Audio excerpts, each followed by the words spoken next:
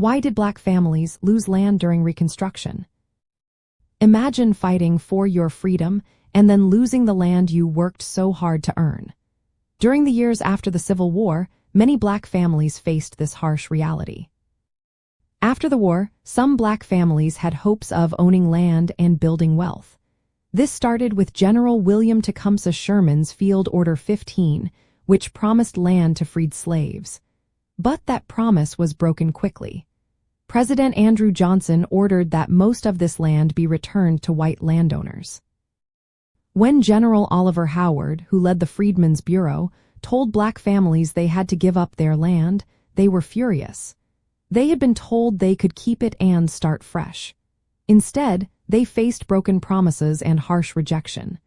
Many protested, saying they had been promised land and deserved to keep what they had earned. Despite these setbacks, black farmers did manage to buy land in the years that followed. By the early 1900s, they owned around 14 to 16 million acres of farmland. This was about 14% of all farmland in the country. It was a big step forward for black economic independence. But trouble was just around the corner. As farming became more mechanized, white landowners found it more profitable to farm their own land.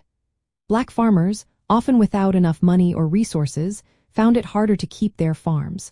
The Great Depression made things worse. The government started offering loans and subsidies, but black farmers were often denied access. They were discriminated against by the United States Department of Agriculture and other agencies. Without help, many black farmers lost their land to predatory lenders and white landowners. Violence also played a role. Black landowners who became successful sometimes became targets. Anthony Crawford, a black man who owned 427 acres of cotton farm in South Carolina, was murdered after a dispute with a white merchant. A mob attacked him, and no one was punished. His death caused many black residents to leave the town, and his family lost the farm because they could not pay a bank loan. Other factors made land loss easier for white people. Many black farms were on floodplains, which made crops vulnerable to destruction. Black landowners lacked money and access to loans. A legal issue called heir property made land passing through families uncertain. Without clear titles, courts or land buyers could take the land. From 1910 to 1997, black farmers lost about 90% of their farmland. In 1910, they owned 14 to 16 million acres, but by the end of the 1900s, they only had around 1.4 million acres.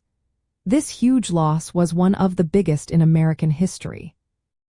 All of this was not accidental. It was part of a pattern of policies, discrimination, and violence meant to take land away from black families. The promise of land ownership was broken time and again. The government failed to protect black farmers and their rights. When they did manage to own land, many faced unfair treatment, violence, and legal tricks designed to take it away. The story of land loss shows how a nation that benefited from enslaved people's labor often denied those same people the chance to build wealth and security through land ownership.